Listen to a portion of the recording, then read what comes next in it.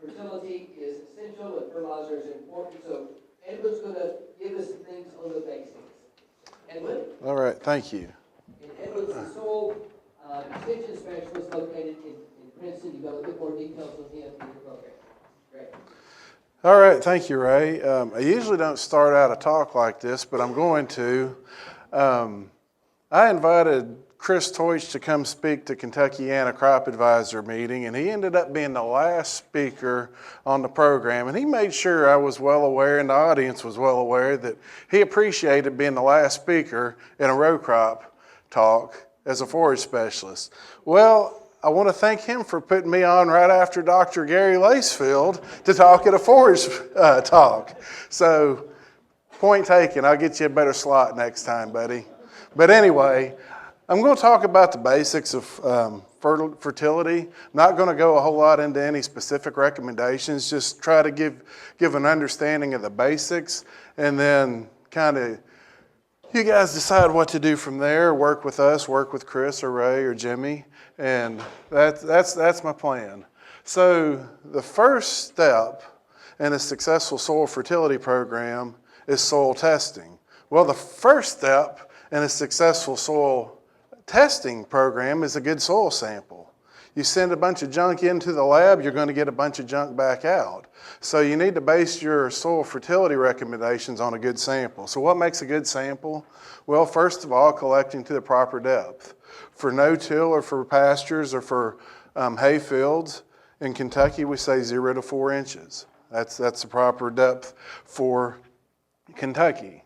Well, we want to make sure that that sample well represents the area of interest. And I'll show you a picture here in a second. That handout has the picture I'm going to be referring to. And just make sure that you're getting results back from the area that you are actually interested in. We want to avoid feeding areas, watering areas, areas where animals congregate. And then make sure you have the adequate amount of cores. We'll say somewhere around 40 or 20. More is better per sample. You don't want to go too few or less. Just one sample that is way off one way or the other can influence your results. The more samples you have, the more cores you have, the closer to reality you are, the true average. Well, how often? Well, the more valuable, the greater the removal rate, the more frequent you should take a soil sample. So for high yielding alfalfa, that's a high value crop, that's a high removal.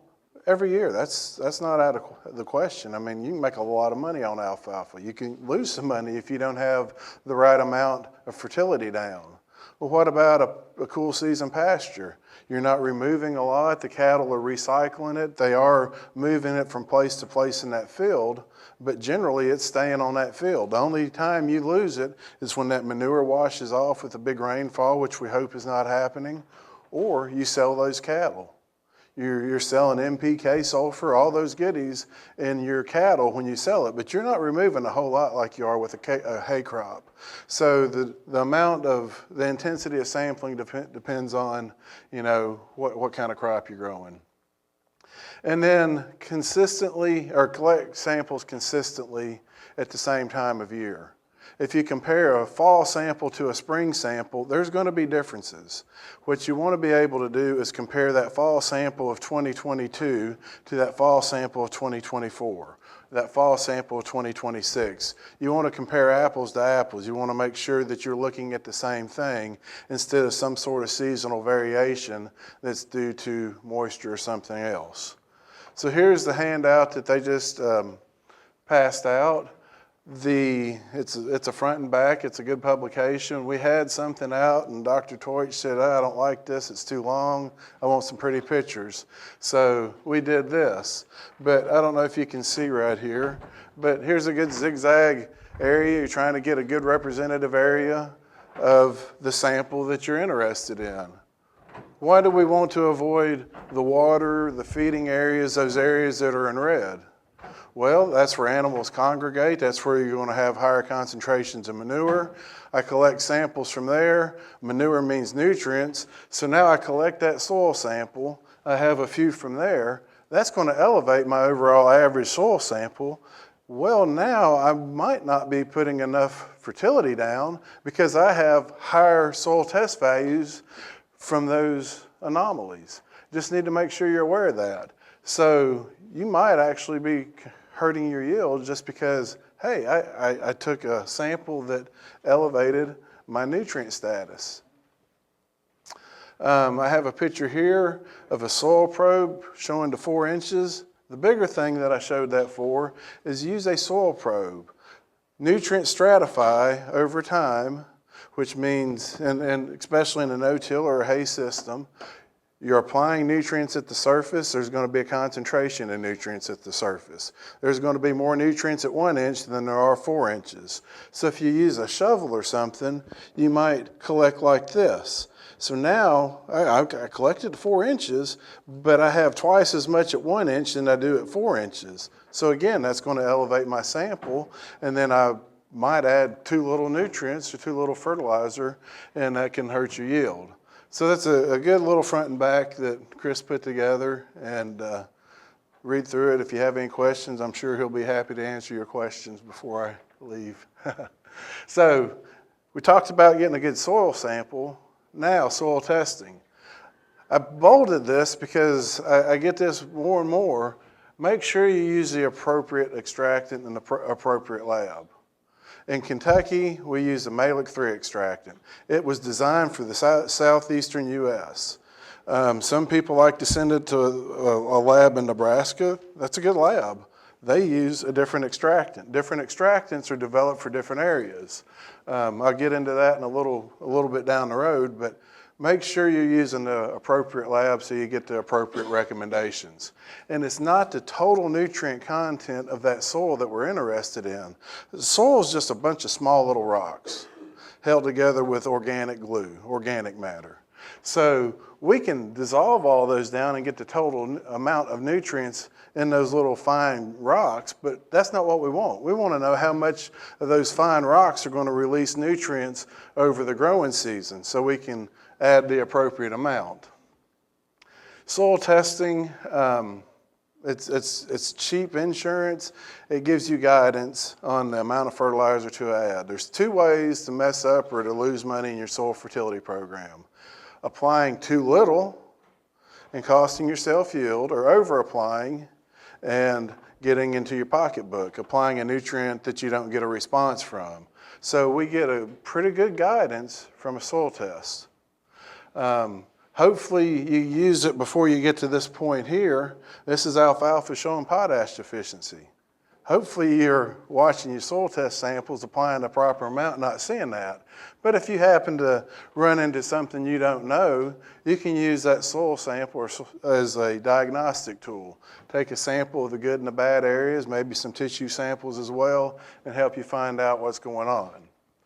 And then just I guess the bottom take-home message, I don't know what they charge in the areas around here, but I do know for a fact some counties offer free soil samples, a certain amount of free soil samples, and I've yet to talk to anyone, if you run them through UK, that costs more than $8 a sample. That's pretty cheap insurance. So just remember, $8 are free, $8 to free, that's a very good investment in your time to give you guidance so you want to either avoid that or avoid applying unnecessary nutrients. So follow your soil test recommendations. We're basing that back on the appropriate lab and extractant for the area. The differences are generally due to the environment. This Olson, it was developed for phosphorus and alkaline soils out west. It doesn't perform well in acid to neutral soils that we have here in Kentucky. The Bray is not bad for Kentucky. Actually, we used that before the Malic 3, but you need to do a conversion. You can't just take a Bray sample and say, oh, well, I'm going to apply UK's recommendations or something. They're not comparing apples to apples. Ammonium acetate, it was used prior to Malic 3 here in Kentucky as well, but it's not a one-to-one. You have to do some math and some conversions. The Malic 3, wherever it is, it gives us good values for phosphorus and potassium, and it's developed for this area. So just be aware of that. They are not the same. The malic does not equal the Olsen or the Bray or the ammonium acetate. They are different extractants, and they give you different values, and your recommendations are going to vary to the point that it might not be good for you. So we have the correct extractant, and this might be getting a little bit deeper into the weeds than we should, but what we're trying to do here with our soil test, this is using soil test phosphorus as an example, we're trying to determine in one day with a 10-minute extractant and then some other things going on, what amount of nutrients that soil will supply for the rest of the growing season. So we put a pretty harsh, this is the Malic 3 is a double acid extractant buffered to pH of 2.5. We're breaking down those small rocks, trying to get an amount of phosphorus that's going to be available for that growing season. So we get a nice curve here. We say, hey, that's nicely related. At a soil test of 15 parts per million, 30 pounds per acre, we are at about 95% of our maximum relative yield. Hey, that's a nice curve. But what we don't know is how much we have to add to get to there. So that's what the calibration is. If you look at that top line, if we don't add any fertilizer at all, we have about 80% of maximum yield with the soil, or the fertilizer fertility in the soil. And we only need, for this example, to add about 20 pounds of whatever fertilizer we're talking about. As we drop down to that brown or orange colored line, now if we don't add anything, we're about 40 or 45% of our yield without adding any fertilizer. But to maximize yield, we need to add about 50 pounds of that nutrient. And then as we get even lower, we have less being supplied by the soil and more being supplied by the added fertilizer. So the correlation to the calibration is what goes into our soil fertility recommendations. All the land-grant universities will follow this kind of method. But then you get into different philosophies. So what the land grants use is the sufficiency approach, or sufficient level of available nutrients. That's what we're trying to do. What we're trying to do there is apply the appropriate amount of fertilizer to feed that crop. We're going to get that crop so it's not limited, it can maximize yield, but we're not going to add a whole lot more. Now, we don't just strictly use that. That's one part of the equation that we use. Maintenance or removal. Well, I remove 50 pounds of P2O5. I'm going to add 50 pounds of P2O5 back. That's maintenance. There's some fallacy in that. Or that's removal, I'm sorry. Maintenance is, well, we want to try to make sure we don't drop down too far. And then build up, well, it doesn't matter where you are. We think you need to be higher. You know, if I was a landlord and I knew I had a 3-year lease on someone, I'd like that, because then I could run for about 6 or 8 years maybe without adding any fertilizer. But as a producer, why do I want to build up if I'm at a certain level? If I'm at a lower level, yeah, that might be the best approach. And then there's some other ones that I'm not really going to get into for the sake of time. Well, I might. There we go. So from a land grant approach, very high testing soils, you have most of the fertilizer in the soil, we don't add any, and we don't expect a yield response. There should be ample fertilizer in the soil if you have a very high testing soil. High testing soil, same thing. We're not going to add any fertilizer. There's a small chance that you might get a yield response, but a very small chance and a very small yield response. There's other things that could be limiting yield that can be overcome by an addition of fertilizer. If your pH is 5.2 and you have a phosphorus deficiency and you add 120 pounds of P2O5, you might be able to overcome that phosphorus deficiency. You know, a better and a cheaper way to do that is to get your pH above 5.2, get it up to 6.4, 6.8. So even though I'm overcoming a phosphorus deficiency by adding phosphorus, that might not be the limiting factor there. It might be soil pH.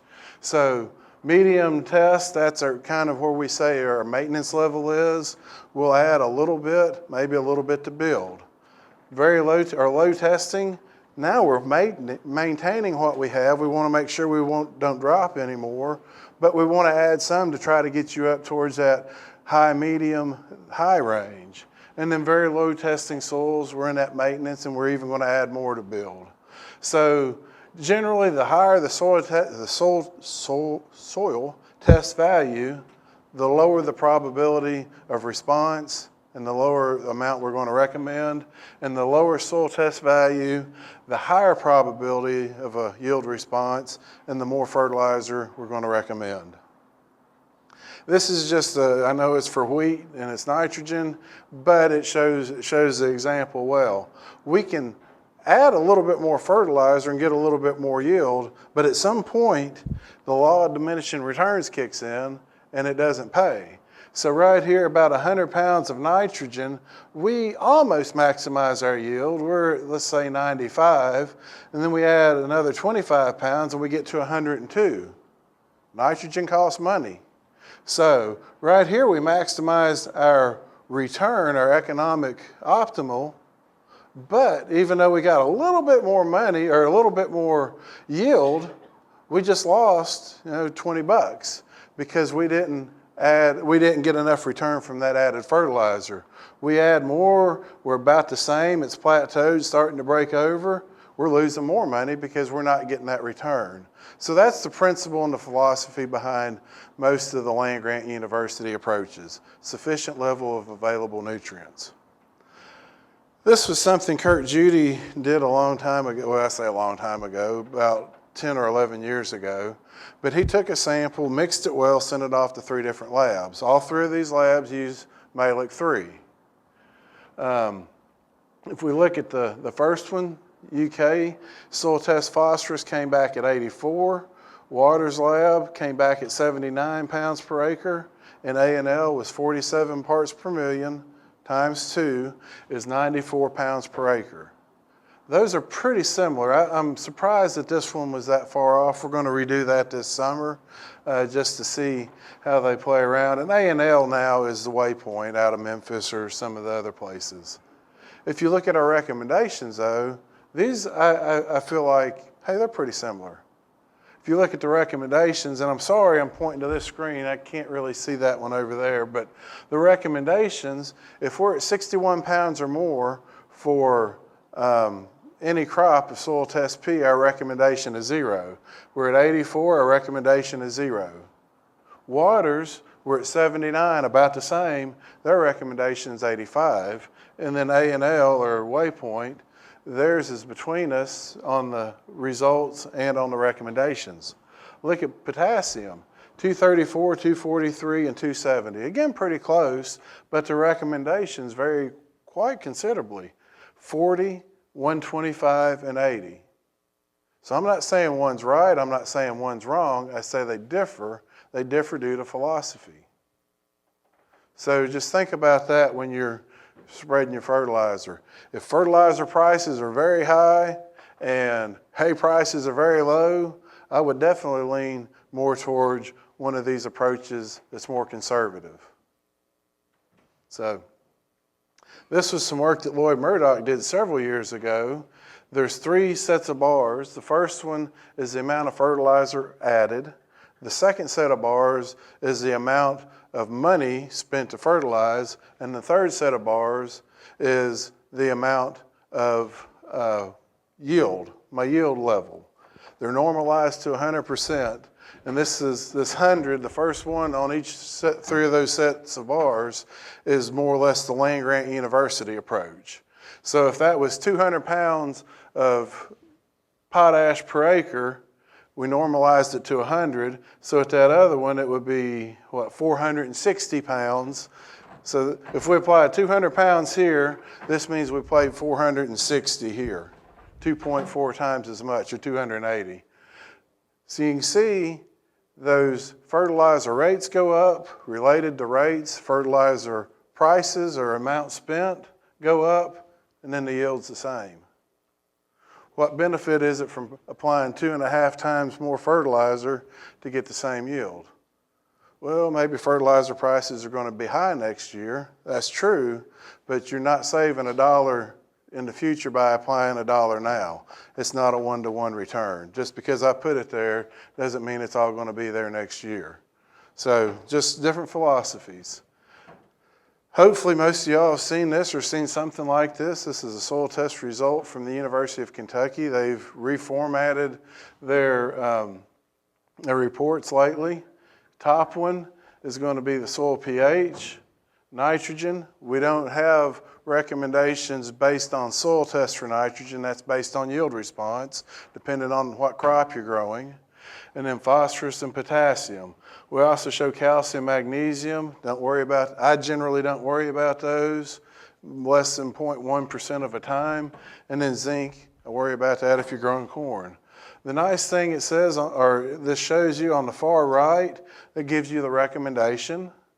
And then down here, I didn't cut this off, but it says soil test recommendations, or soil pH recommendations. So it gives you some written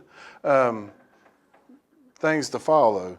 We're going to follow that. This is what is on the lower part of this. I didn't have enough room, or I didn't think we'd be able to see it all, so I cut it off and put it on another one. Soil pH, 0.75 tons of 100% effective lime. It gives you the quarries closest to where that sample was submitted to the county, and then gives you the rate adjusted for the R&V of that quarry. And then the next one, some comments. It tells you what these different colors, the orange versus the red versus the green. It tells you these probabilities, kind of what I was talking about earlier. Specific for grass, this was a pasture, tetany problems. So talks a little bit about what happens with grass tetany. What can you do about it? Now the blue one, talking about nitrogen. Again, these come out of our recommendations. They just plug them into your the soil test result, and your county agent can give these back to you. And then the next one, it talks about nitrogen sources. And then the last one, for additional information. So there's a lot of information contained right there. It keeps you from looking through 3 or 4 different books, but it's all summarized in your soil test result. So I'm not exactly sure the best way to go about this, so I'm going to try. But my caption was, how do you get there from here? And what I'm trying to show is, how do you result in certain soil test values? How do you end up with a soil test phosphorus value of 1 and a soil test K of 158? So we have a couple things here. I have nitrogen and potassium highlighted in yellow, and then I have phosphorus and sulfur in white. And the left column, that's for grass hay at a 3.5 ton per acre yield. The right column is alfalfa at 5 tons. So these are the nutrients removed in those two systems. So if you notice, nitrogen and potassium for both systems is removed at a rate about 3 to 4 times higher than phosphorus. So I'm going to point out phosphorus and then nitrogen for a different thing. So here's a different soil test value. What approach for my K fertilizer? What in the world happened here? This is in Adair County. I covered up the grower. I don't even remember who it was. Soil pH is pretty good, 6.9. Phosphorus, again, if we're at 61 or better, we're in pretty good shape. Potassium, 76 pounds per acre. I guarantee you there's raging potassium deficiencies in that field. I'll come back in a second. This is another one. Soil pH 5.5, phosphorus 87, potassium 286. These are the same growers. What do you see the difference between here?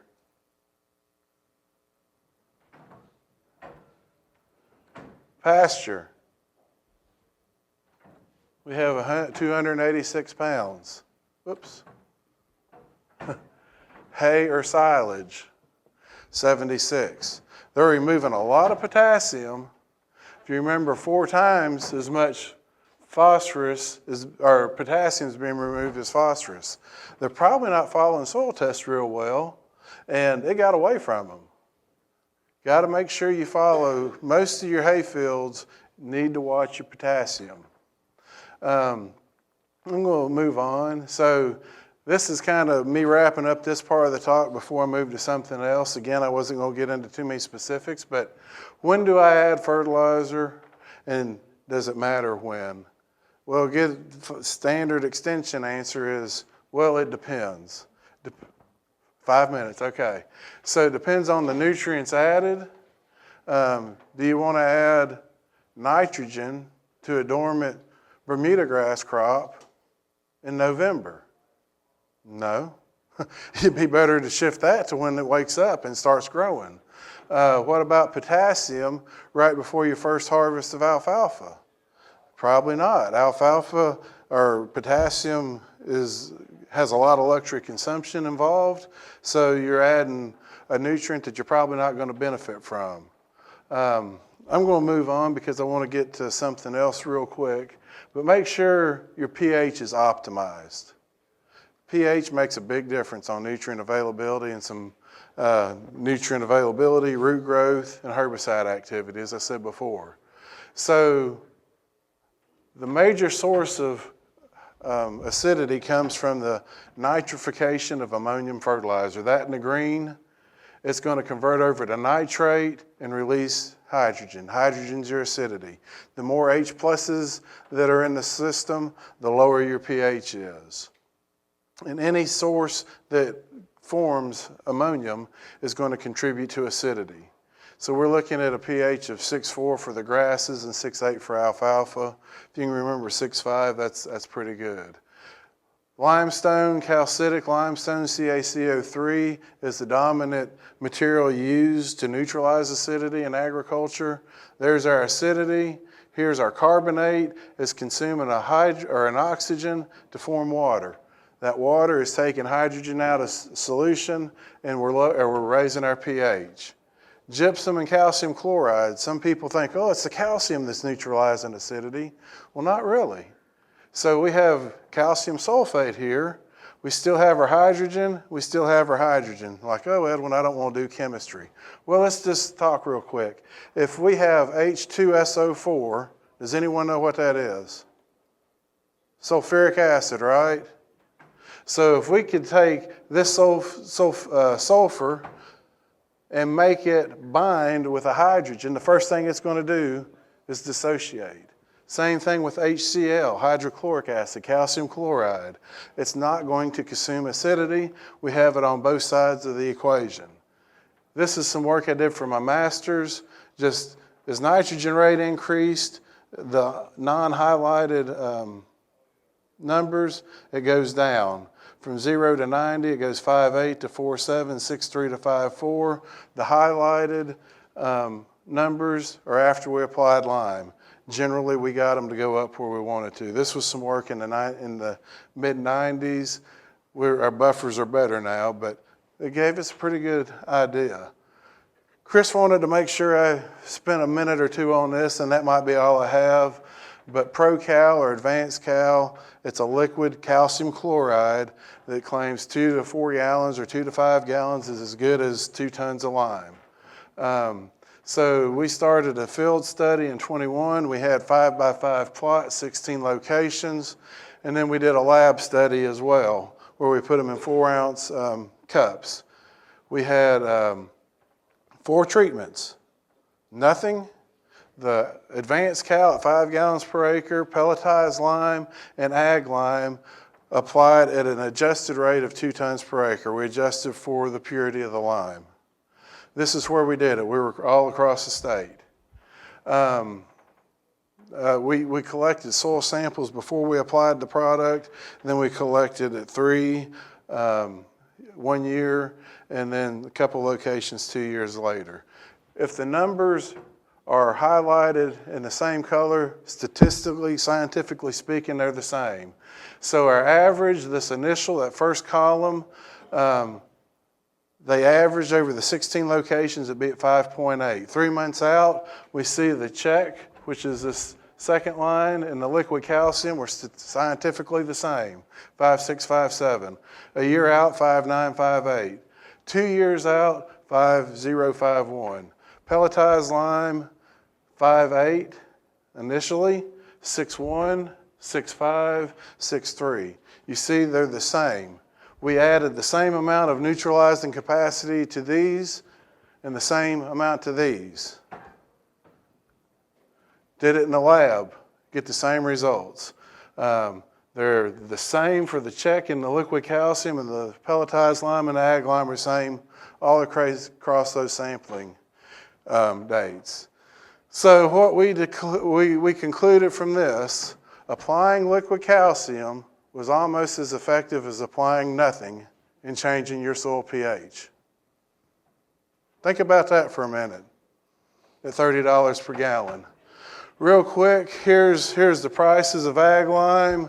Ag lime to get a 2-ton change in pH was about $90. Pelletized lime, we got the same pH. It's more expensive, about $675. If we use the ProCal or the Advanced Cal at the recommended use rate, 60 to 150. If you look on the jug, it does give an RNV. If you use that to get the same amount, it's roughly, I'm going to round down, $2.3 million to get the same change in pH with that AgriCal. And the pH is 3.6 right out of the jug. So you're adding something with a 3.6 pH to a 5.5 pH to get to 6.6. I guess I'm going to skip over this, especially since that didn't show up. And get to the findings of the Alfalfa survey. Will Fleming, somewhere around here, he did this work. Chris and John Grover on his committee. But we sampled about 110 or so fields in the last 2 years. Soil test P was low in about 5% of the fields, but sufficient in the tissue samples and all. Soil test K was low in about 33% of the soil test, but about 26 or 30 in the tissue. So need to pay attention to potassium, and 41% low in pH. So just wrapping it up, pay attention to your soil fertility program, take a good soil sample, understand the differences in the philosophies. Just because you remove a nutrient doesn't mean you have to add that much back. Be aware of this calcium product. It is not a soil neutralizing product. And pay attention to your soil pH, fall soil test recommendations.